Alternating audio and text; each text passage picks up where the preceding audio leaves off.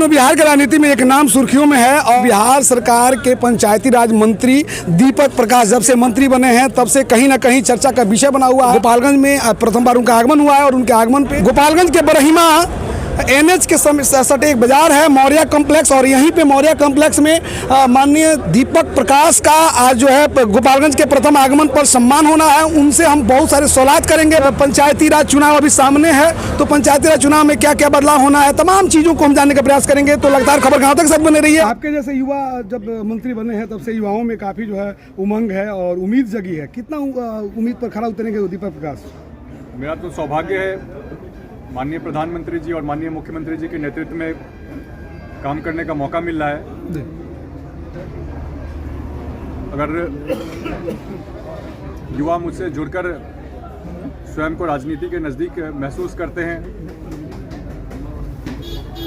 मेरे कारण अगर मेरा छोटा सा योगदान होगा, अगर आज के युवा राजनीति में अपनी भागीदारी बढ़ाते हैं जी, युवा राजनीति में आएंगे से राजनीति और लोकतंत्र दोनों ही मजबूत होगा। चुनाव में नया क्या होने वाला है? सामने चुनाव है पंचायती राज के, इसमें नया क्या होने वाला है युवाओं के लिए? अभी आने वाले चुनाव में तो चूँकि 10 साल पूरे हो रहे हैं आरक्षण के रोस्टर को लागू हुए हुए जी, उस रोस्टर में बदलाव देखने को मिलेगा जी। साथ ही साथ चुनाव में कई नई टेक्नोलॉजी देखने को मिलेगी जी जी। मल्टी पोस्ट ईवीएम के माध्यम से इस बार वोटिंग होगी क्योंकि 6 पदों पे चुनाव होना है।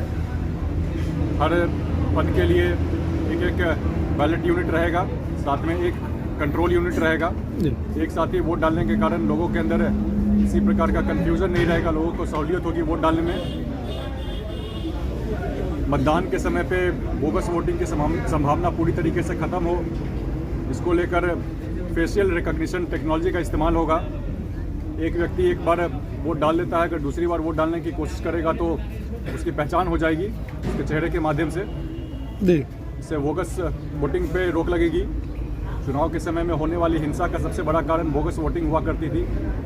साथ ही साथ मतगणना के समय में किसी प्रकार की धांधली की संभावना नहीं हो, इसको लेकर के ऑप्टिकल कैरेक्टर रिकॉग्निशन की टेक्नोलॉजी का इस्तेमाल होगा। मैनुअल तरीके से ईवीएम से वोटों की गिनती होगी, साथ ही साथ वहाँ कैमरा भी लगे होंगे। कैमरा के माध्यम से भी वोटों की गिनती होगी और प्रदर्शित होते रहेगा, तो लोगों के मन में किसी प्रकार का संदेह नहीं रहेगा। चुनाव के बाद धांधली की समस्या के कारण कई सारे केसेस कोर्ट में लंबित हो जाते थे, उससे भी छुटकारा मिलेगा। हर तरीके से टेक्नोलॉजी का इस्तेमाल होगा, लोगों के लिए चुनाव सरल हो, प्रक्रिया सरल बने, प्रक्रिया में लोगों का विश्वास बढ़े, चुनाव फ्री एंड फेयर हो, इसको लेकर के। गोपालगंज में आए हैं, गोपालगंज के लिए क्या सोच के जा रहे हैं आप? गोपालगंज में भी जिस प्रकार से काम हो रहा है और किस प्रकार से बेहतर काम किया जा सके, लोगों की बातें विभाग तक, सरकार तक पहुँचे और उनकी जो भी समस्याएं हैं उनका बेहतर तरीके से किस प्रकार से निराकरण हो पाए, इसको लेकर के संकल्पित है। आपके पार्टी में भी बहुत सारी अफवाहें चल रही है कि विधायक जो लोग जो है टूट रहे हैं, टूट फूट का जो संभावना है वो कहाँ तक सही है? नहीं, बिल्कुल वो बेबुनियाद खबर है, बिल्कुल ही अफवाह है। सभी लोग एकजुट है और पार्टी की जहाँ तक बात है तो पार्टी पे हम बहुत ज़्यादा बोलने के लिए अधिकृत नहीं है जी। इस सवाल का आप जवाब पार्टी नेतृत्व से पूछेंगे तो आपको बेहतर जवाब मिल पाएगा। लास्ट में बिहार वासियों को क्या संदेश देना चाहिएगा? नए वर्ष में सभी लोगों को मेरी शुभकामना है। सभी लोगों के जीवन में उन्नति आए, खुशहाली आए, समाज में शांति और सौहार्द कायम रहे। सरकार हर तरीके से प्रतिबद्ध है 5 सालों में युवाओं के लिए नौकरी और रोजगार का सृजन करने के लिए। शिक्षा की व्यवस्था और कैसे बेहतर हो, स्वास्थ्य की व्यवस्था कैसे बेहतर हो, उद्योग आएँ, हर तरीके से सरकार प्रतिबद्ध है।